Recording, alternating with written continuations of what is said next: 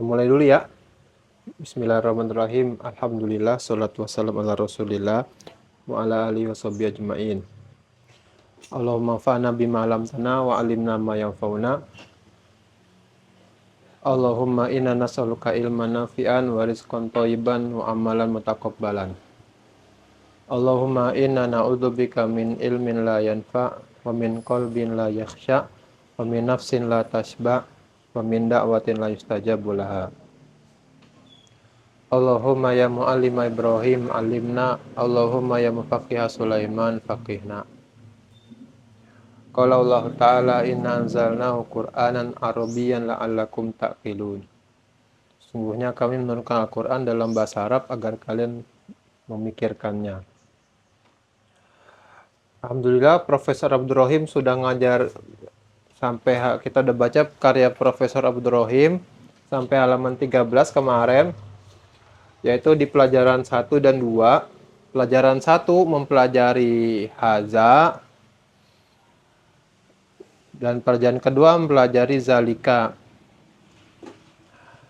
Bab 1 mempelajari haza, lalu dikasih variasi mahaza, tanda tanya, dikasih variasi ahaza, tanda tanya, dan variasi satunya lagi manhaza, tanda tanya.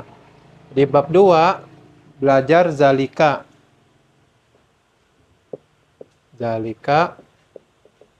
Zalika sama dengan haza. Haza untuk benda dekat, zalika untuk benda jauh.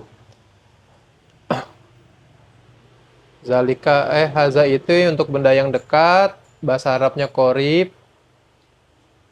Lalu dia untuk muzakkar juga, untuk benda yang disifati laki-laki. Dan dia bendanya ada satu. Zalika juga sama. Cuman bedanya dia di baitnya. Bait itu jauh, untuk benda yang jauh. Lalu dia juga untuk benda yang muzakkar, nunjuk benda yang muzakkar. Dan dia juga benda yang satu ya, menunjuk benda yang satu. Kemudian kita masuk ad-darsu asalis qalal muallifu rahimahullah ta'ala. Ad-darsu asalisu, pelajaran ketiga. Bukannya. Ya, benar. Ad-darsu asalisu, mana sih? 14 ya? Sekarang 14 ya? Oh, berarti bukan ad-darsu asalisu ya? Benar ya? Perintahnya ikhtar, benar ikhtar ya? Oh, beda nih. Bentar, apa sih itu? Oh, situ. Ini.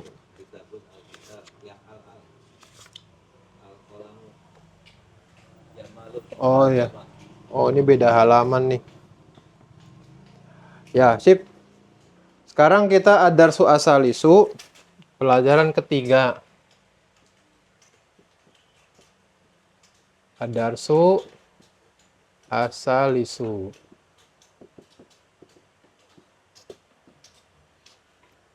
Profesor langsung membuka dengan beberapa contoh kata. Bintu, lalu bukan bintu ya, bintun, baitun, di sampingnya al-baitu. Kemudian kolamun, -2 al-kolamu. Kitabun, -2 al-kitabu, dan jamalun, -2 al-jamalu. Baitun dengan al-baitu ya sama artinya rumah. Seterusnya semuanya sama objeknya, jamalun, al-jamalu. Tapi bedanya adalah dalam bahasa Arab dia punya kata, bahasa Inggris juga ada, bahasa apa juga ada ya. Yang masih belum jelas bendanya yang mana, dan yang satunya lagi bendanya sudah jelas, maksudnya sudah jelas. Itu di benak pendengarnya. Kalau misalnya yang nakiro, yang tidak ada alif lam, di sini namanya nakiro. Misalnya kita tulis baitun. Lalu di sini al-baitu. Dalam bahasa Arab, isim ini namanya kategori isim nakiro. Isim nakiro. Nakiro. Kalau ini namanya isim ma'rifah.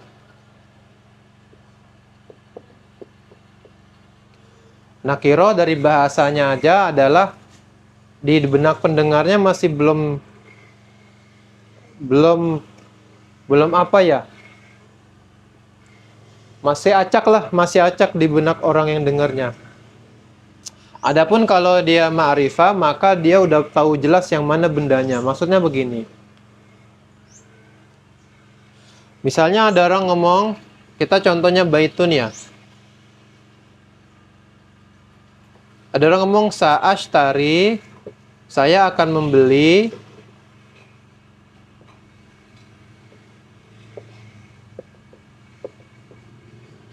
Lalu ada dua kemungkinan antara baitan. Ini tidak ada alif lam baitan dengan al-baita. Artinya sama-sama saya akan membeli rumah. Cuman di sini rumahnya yang mana belum tahu. Yang dengar tuh belum tahu. Pokoknya dia cuma ngomong sa'ashtari baitan. Saya mau beli rumah. Rumahnya yang mana? Belum kebayang di kepalanya yang dengar. Warnanya apa, di mana dan lain belum. Kalau misalnya ada orang ngomong sa'ashtari baitan, rumahnya yang mana? Sudah diketahui. Misalnya orang ngomong saya sa'astaril baita, tapi sebelumnya si A sama B udah pernah ngobrol nih. Saya kayak mau beli rumah nih yang ini nih. Udah ngobrol sama pemiliknya dan lain-lain. Kemudian ketika si A ngomong lagi ke B, sa'ashtari al baita. Maka yang B dengar sa'astaril baita, saya akan beli rumah. Yang B udah tahu, oh pasti rumah yang ini nih. Karena kan dia pernah diomongin sebelumnya. Jadi dengan adanya alif lam ini, yang mendengar dia udah muncul secara otomatis di kepalanya, oh berarti rumah yang itu. Atau misalnya kita orang Rini Jaya. Orang Rini Jaya ada pasar. Lalu dia ngomong begini, sa'azhabu ila, saya akan pergi ke kemana? Ada dua kemungkinan lagi di sini. Pasar kan bahasa Arabnya suk ya. Bisa tanpa alif lam, bisa dengan alif lam. Asuk. Sa'azhabu ila, lalu kalau dilanjutin dengan tanpa alif lam, artinya dengan nakiroh. Ini pasar yang mana? Yang denger nggak bakalan bisa deteksi. Kayak mau kemana dia? Mau ke pasar? Nggak tahu pasar yang mana, pokoknya dia bilang mau ke pasar. Jadi masih acak di benak yang dengar. Tapi kalau misalnya saya orang Rini Jaya, Pak Rini Jaya kan ada pasarnya. Saya bilang sa'adhabu ila suk gitu. Ada alif lamnya. Sebagai sesama orang Rini Jaya tahu pasarnya mah yang itu doang. Jadi ketika saya bilang sa'adhabu ila suqi pakai alif lam, yang dengar udah paham, oh pasarnya yang itu.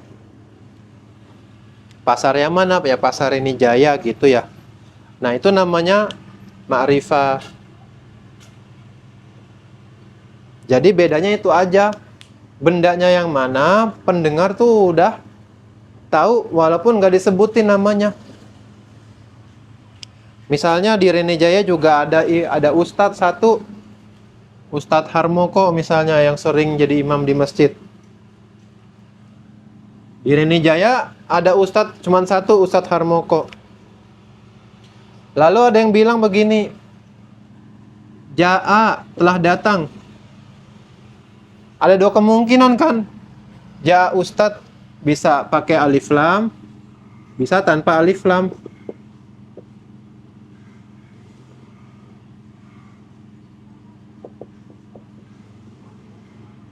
Bisa ja'a ustazun, bisa ja'a al ustazu. Anggap di Reni Jaya punya Ustadz Harmoko namanya. Sering dia mah Ustadz Harmoko bolak-balik terus di depan rumah. Jadi ya kalau ada Ustadz ya dia aja namanya yang kemuncul di kepala kita karena dia doang yang bolak-balik, yang lewat, yang kita lihat. Kalau misalnya kita bilang ja'a al ustazu sebagai sesama orang Reni Jaya, nggak perlu disebut namanya. Ini kata-kata al ustazu, gurunya yang mana udah tahu yang itu